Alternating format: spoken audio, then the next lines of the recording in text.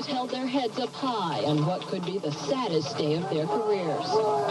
Morale is low, but the camaraderie is high. The jail sentencing of 18 of their colleagues is mobilizing the masses. I feel strong. We're going to stay together. Absolutely.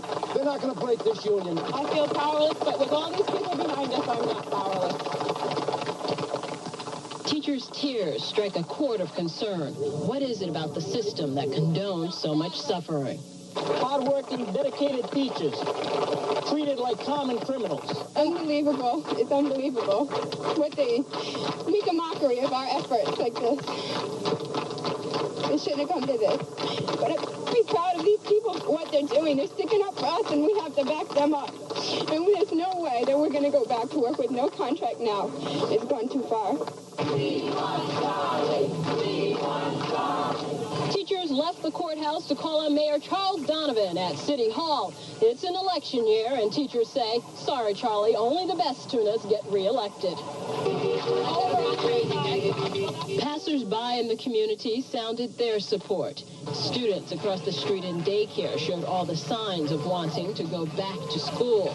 Teachers say poor labor practices have put not only their professions, but their lives on hold. You all support them? On the front lines, teachers rally behind their union, showing no signs of backing down.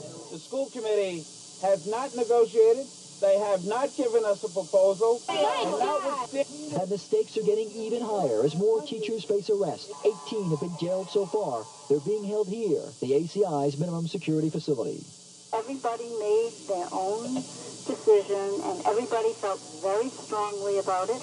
I didn't make this tough decision to not be prepared to go the limit. Teachers do not go to jail for money. It's a matter of money. The whole strike is a matter of money, period. No other issues on the table. Money is the only issue. Emotions ran high at the entrance to Kent County Courthouse. It was like curtain call for those subpoenaed to show in court for refusing to follow the judge's orders to return to the classroom. The president of the Parent Teachers Association showed supporters his summons. And it's not my union sending me here, it's the school committee, and it's the city council didn't give us enough money to run the schools in the first place. They cannot treat us as second-class citizens. We have a contract. We negotiated that contract fairly last year. They have to live up to the contract they negotiated. The support for subpoenaed teachers stems into the community. About 30 parents and teachers reacted to the 2-week-old strike by starting their own picket line outside Oakland Beach Elementary School. At a high school picket line, striking teachers are honored with a guest appearance from the secondary vice president of the union. A dry eye in the van as we pulled away. He told the crowd how much he appreciated the camaraderie as he was driven from the court to jail on Friday. Agreed to work under the 1988 contract agreement until a new one is reached. Teachers accepted this contract because art, music, and science programs are protected, and there's job security under a no-layoff clause. Negotiations will continue, but in the meantime, classes are scheduled to begin.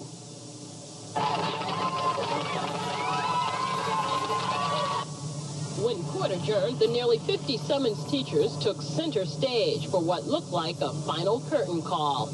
How do you feel? Great. I think finally something will be done so both sides can get together, school, go back in session. The judge ruled the 1988 teachers' contract still valid, making many of the grievances, such as class size and the school committee's proposed elimination of special programs, null and void. The teachers' union says this is victory day for teachers and students. City Hall quickly became the scene of a support rally for statewide unions.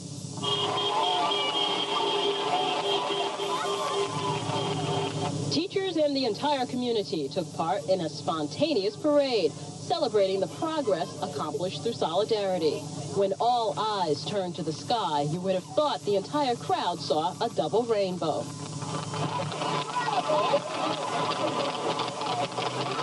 The sun is shining on us today, and the sun will soon be shining on our 18 friends and colleagues. The names of the 18 teachers that went to jail for refusing to go to school without a contract made the honor roll. And before the rally wrapped up, there was even a hint of humor in the teachers' 2-week-old struggle. From City Hall, teachers returned to the courthouse to honor the courage exhibited by their jailed colleagues. At this afternoon's court hearing, the 18 jailed teachers were released and relieved. We were totally right, and we were absolutely going to have the best education system for our children, then and now. Earlier, the court was full of teachers prepared to head off to the ACI. Their motto, no contract, no work. But Judge Pederzani called upon the Commissioner of Education, who offered a solution. Once a contract is expired and a succeeding contract is in dispute, parties to rely on the previous contract. But for some, the memory of being carted off to jail has left a bitter taste. I've been arrested once because I spoke my mind. The only reason I was in prison is because of this. I think I live in America and can say what I feel. Even if I was arrested, all of us were arrested. Random choice. Would you do it again? I'm ready. I'm going again for this. Are you angry at the school committee? Is there going to be bitter feelings here? Not after January. The process was quite an experience. Quite an experience. Something I'll never forget. Scared? Definitely, yeah. Martyrs to some, heroes to others. I do it again. I do it again. Would you say today is a victory for the union? I would say today is a tie. Was definitely prepared to go to the jail. Warwick school teachers voted to accept a judge's offer to return to work under the terms of a previous contract. School for the 12,000 students was supposed to start 2 weeks ago, September 2nd.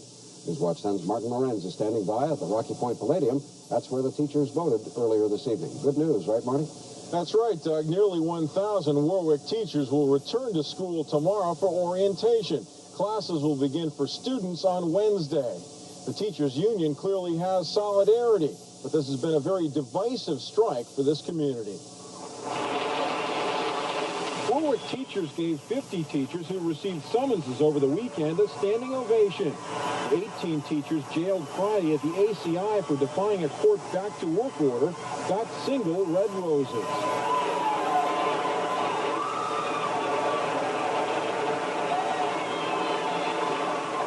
The jailed teachers were given T-shirts that likened the jail term to a field trip.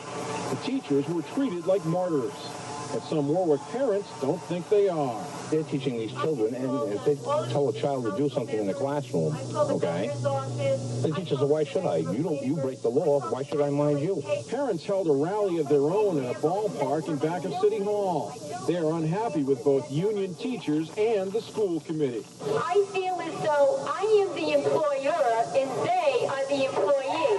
There's no question there is solidarity with this union, but was this all really a victory for this community? I think it's going to help the education in the community, and eventually, some years down the road, it is going to help the community in the long run. And do you have any message for parents that you'd like to give? We're just very anxious to get back to work. We're anxious to instruct their students, and we're looking forward to that.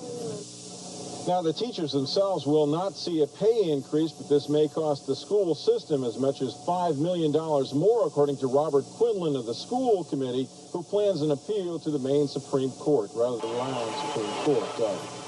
Teachers cheered and unanimously voted to go back to the classroom Tuesday. We're satisfied right now. I think that it's over now. I certainly hope that it is, and we'll just move on from here. But Warwick School Superintendent Henry Tarlin says last year's contract, which limits layoffs, program cuts, and class size, means financial ruin for the town's taxpayers. It doesn't look good. For the people of Warwick, it doesn't look good? It doesn't look good. And so it caps off a busy day for Warwick teachers. Overwhelmingly, they vote to go back to work tomorrow. But they also have an overwhelming vote of no confidence for School Superintendent Henry Tarlane and 3 of his top administrators. They're supposed to be the leaders of education, and it seems as though it has fallen on the teachers to become the leaders.